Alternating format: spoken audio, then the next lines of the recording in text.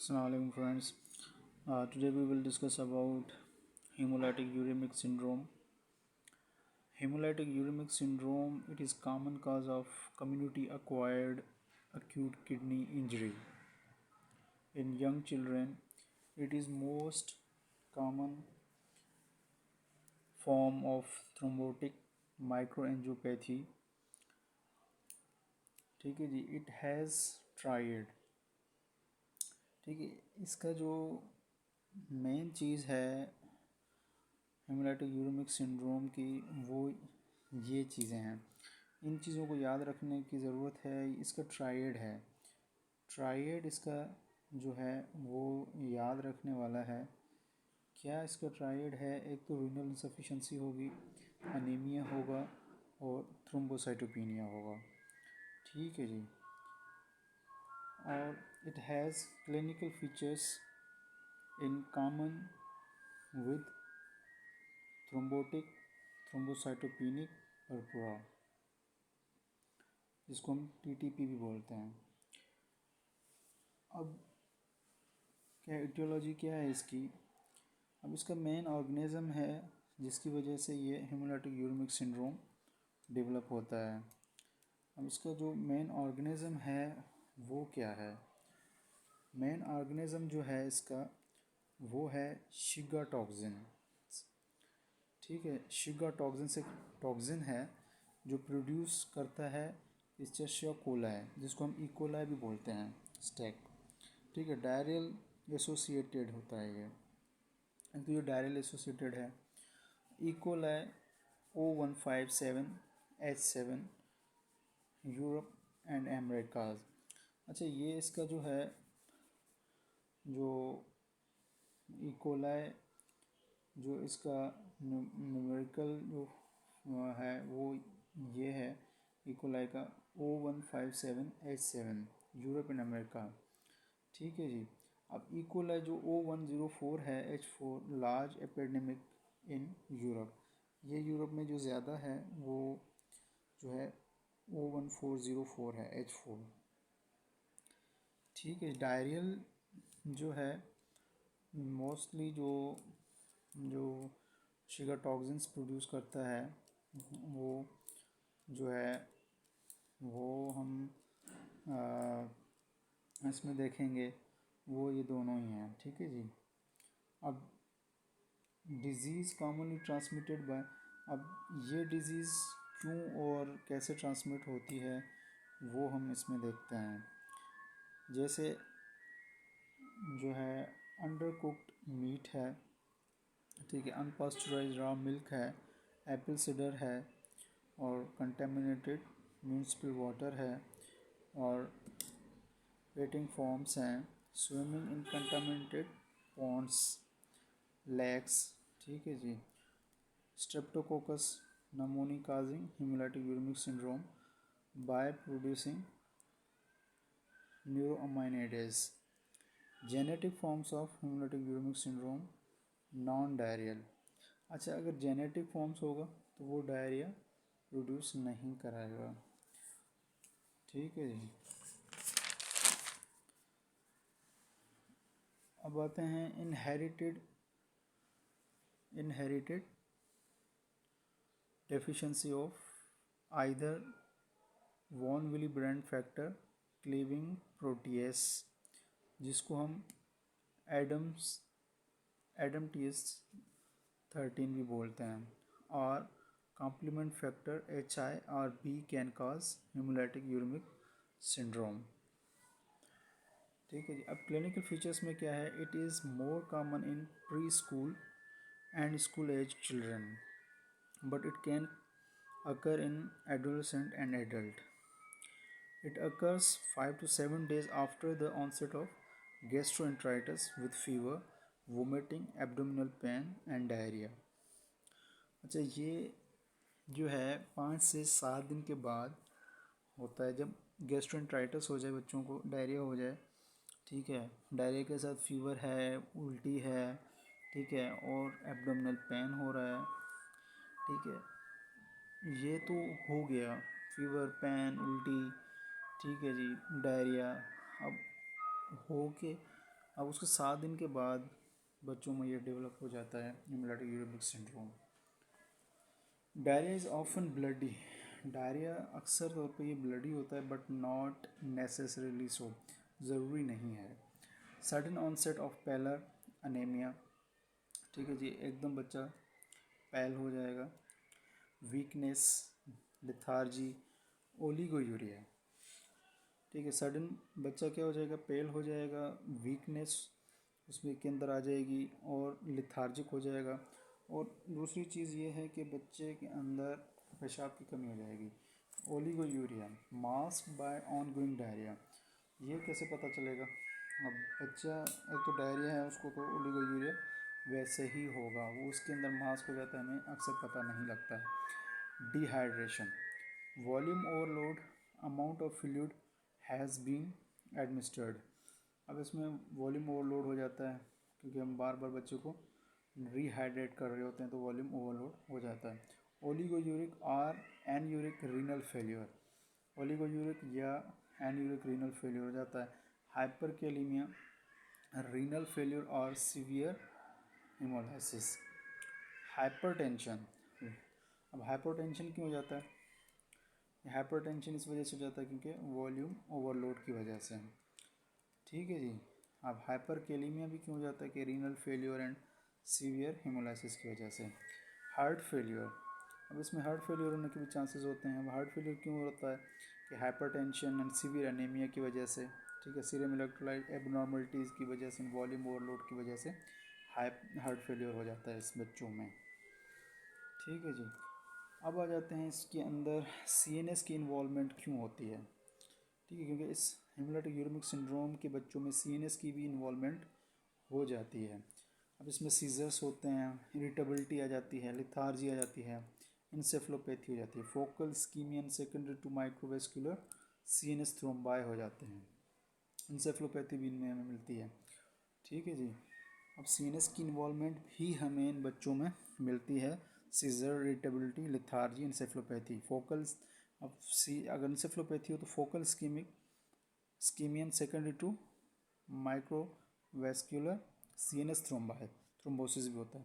Small infarction in basal ganglia and cerebral cortex, अब small infarctions भी मिलेंगे in basal ganglia and cerebral cortex के अंदर, ठीक है जी। अब और हमें क्या मिलेगा, स्ट्रोक मिलेगा हमें, ठीक है जी। इन बच्चों के अंदर सीएनएस की इन्वॉल्वमेंट में अगर होती है तो उसके अंदर स्ट्रोक भी मिलेगा। इंट्राक्रैनियल हेमरेज रेयर होता है, ठीक है जी। एंड अगर इंटेस्टिनल जो है कॉम्प्लिकेशंस, अच्छा ये तो हो गई आपकी सीएनएस की कॉम्प्लिकेशंस। अगर इन्वॉल्वमेंट में हमने देखा कि स्ट्रोक भी, इंट्राक्रैनियल हेमरेज भी ये रेयर होता है। अब आ जाते हैं इसके अंदर इंटेस्टिनल कॉम्प्लिकेशंस के अंदर। अब इंटेस्टिनल भी इन्वॉल्वमेंट होती है इसके अंदर, इन्फ्लेमेटरी कोलाइटिस भी हो जाता है, बाउल इन परफोरेशन भी हो जाता है, इंटरससेप्शन, पेनक्रियाटाइटिस एंड पिटिकेयर, ठीक है जी। अब आ जाते हैं डायग्नोसिस के ऊपर। डायग्नोसिस हम कैसे करें? अब डायग्नोसिस की भी इसकी जो है हम वही चीज़ हम रिपीट करेंगे कि क्राइटेरिया है। Diagnosis is established bye clinical criteria. Clinical criteria के अंदर क्या है कि इसके अंदर जो है माइक्रो एंजियोपैथिक हेमोलाइटिक अनीमिया, एक तो इसको देखेंगे कि माइक्रो एंजियोपैथिक हेमोलाइटिक अनीमिया हो रही है, अनीमिया है कि नहीं है, ठीक है, अनीमिया को देखेंगे, थ्रोम्बोसाइटोपिनिया को देखेंगे and degree of kidney involvement. तीनों चीज़ें अगर हमें मिल रही हैं, किडनी भी इन्वॉल्वमेंट है, थ्रोम्बोसाइटोपिनिया भी मिल रही है, एनीमिया मिल रही है, तो हम इसके तरफ सोचेंगे। एंड हिस्ट्री ऑब्वियसली वो भी हम लेंगे। Anaemia can be mild at presentation के अगर जब बच्चा प्रेजेंट करेगा तो अनीमिया माइल्ड होगी बट रैपिडली प्रोग्रेसिव होगी। In acute phase platelets 20 to 1 lakh, acute phase में 20 to 1 लाख तक प्लेटलेट्स हमें मिलेंगे। PT and prothrombin time normal होगा। Coombs negative except pneumococcal induced haemolytic uraemic syndrome. Coombs test हमें नेगेटिव मिलेगा except pneumococcal induced haemolytic uraemic syndrome. Urine analysis में हमें क्या मिलेगा? Microscope haematuria, low grade protein urea, ठीक है जी। यूरिन डीआर हम अगर करवाएंगे तो उसमें हमें हेमीचूरिया मिलेगा माइक्रोस्कोपिक एंड लो ग्रेड हमें प्रोटीन यूरिया मिलेगा। ब्लड यूरिया नाइट्रोजन एलिवेटेड मिलेगा। क्रिएटिनिन हमें रेज्ड मिलेगा। क्रिएटिनिन रेज्ड क्यों मिलेगा हमें? एन यूरिक किडनी फेलियर की वजह से। Stool culture has little role, ठीक है जी, वो ऑफन नेगेटिव मिलता है। Kidney biopsy rarely indicated to diagnose haemolytic uraemic syndrome. Stool culture has little role, often negative. Kidney biopsy rarely indicated to diagnose hemolytic uremic syndrome. ठीक है जी। Differential diagnosis में क्या है हेमोलाइटिक यूरिमिक सिंड्रोम के? SLE है and malignant hypertension, bilateral vein thrombosis. अब ये तीन इसकी डिफरेंशियल डायग्नोसिस हमें याद करनी है। SLE, malignant hypertension and bilateral vein thrombosis. ठीक है जी। अब आते हैं ट्रीटमेंट की तरफ। तो ट्रीटमेंट क्या है इसकी? पहले तो हम सपोर्टिव केयर करेंगे। पेशेंट की फ्लूइड है, इलेक्ट्रोलाइट्स, ठीक है जी, उसकी केयर करेंगे। इलेक्ट्रोलाइट इम्बैलेंस को हम देखेंगे। फ्लूइड देंगे, इलेक्ट्रोलाइट्स इम्बैलेंस करेक्ट करेंगे and correction of volume deficit and control of hypertension को कंट्रोल करेंगे। Early dialysis if patient is oliguric और एनयूरिक विथ हाइपरकेलेमिया। अगर हमें पेशेंट मिलता है जो कि पेशेंट ओलिगोयूरिक है, एनयूरिक है और हाइपरकेलेमिया मिलता है पेशेंट के अंदर, उसकी क्रिएटिनिन रेज्ड है, मतलब डायलिसिस की क्राइटेरिया में आता है, तो हमें डायलिसिस की तरफ जाना पड़ेगा अर्ली। ठीक है जी। और पैक सेल ट्रांसफ्यूजन करेंगे। अगर हमें एचबी बिल्कुल ही उसकी लो मिलती है तो पैक सेल की तरफ हम जाएंगे। Platelets should not be transfuse, हम प्लेटलेट्स की तरफ नहीं जाएंगे। सीरियस ब्लीडिंग इज़ रेयर, क्योंकि इसके अंदर हम प्लेटलेट्स ट्रांसफ्यूजन की तरफ नहीं जाएंगे क्योंकि इसके अंदर सीरियस ब्लीडिंग रेयर है। नोट क्या करना है कि in pneumococci associated haemolytic uraemic syndrome, red cells be washed before transfusion to remove residual plasma because IgM against T antigen and accelerate pathogenesis of the disease। ये नीमोकोकाई के लिए है। अगर नीमोकोकाई एसोसिएटेड हेमोलाइटिक यूरिमिक सिंड्रोम है, क्योंकि एक तो कौन करा रहा है हेमोलाइटिक यूरिमिक सिंड्रोम, एक तो करा रहा है इकोलाई। अगर इकोलाई की जगह पे नीमोकोकाई करा रहा है हेमोलाइटिक यूरिमिक सिंड्रोम, अगर हमें काज का पता चल गया है कि नीमोकोकाई करा रहा है हेमोलाइटिक यूरिमिक सिंड्रोम, तो हम क्या करेंगे? रेड सेल्स को वॉश करेंगे ट्रांसफ्यूजन कराने से पहले। ठीक है जी। To remove the residual plasma because IgM against the T antigen and accelerate the pathogenesis of the disease, वरना ये मज़ीद एक्सेलरेट करेगा डिजीज़ को। ठीक है जी। अब anticoagulant, antiplatelets and fibrinolytic therapies are contraindicated because they increase the risk of serious hemorrhage. Antibiotic exacerbating the disease therefore is not recommended। अब इसमें एंटीबायोटिक का भी कोई रोल नहीं है, क्योंकि अगर एंटीबायोटिक दे रहे हैं तो वो भी मज़ीद इस चीज़ को बढ़ाएगी, डिजीज़ के रिस्क को मज़ीद एग्जरबेट करेगी। तो एंटीबायोटिक का कोई रोल नहीं है, एंटीकोगुलेंट का कोई रोल नहीं है, एंटीप्लेटलेट्स का कोई रोल नहीं है एंड फिब्रोनोलाइटिक थेरेपीज़ का भी कोई रोल नहीं है और कंट्राइंडिकेटेड। ये सारी कंट्राइंडिकेटेड हैं, एंटीबायोटिक का भी कोई रोल नहीं है। ठीक है जी। अब दूसरा नोट क्या है कि pneumococcal infections and European experience with E coli O104H4 in adults, azithromycin, meropenem and rifaximin. ठीक है। Plasmapheresis for patient with serious CNS involvement, this is contraindicated in pneumococcal haemolytic uraemic syndrome. अब plasmapheresis जो है for patient with serious CNS involvement, plasmapheresis जो है ये उन patients के लिए है जो सीनस इन्वॉल्वमेंट जिनकी हो चुकी हो, उन पेशेंट्स के लिए है। But this is contraindicated in pneumococcal haemolytic uraemic syndrome, पर ये कंट्राइंडिकेटेड है उन पेशेंट्स के लिए जो निमोकोकल हेमोलाइटिक यूरिमिक सिंड्रोम जिसमें इन्वॉल्वमेंट हो। Eculizumab is an anti-C5 antibody that inhibits complement activation।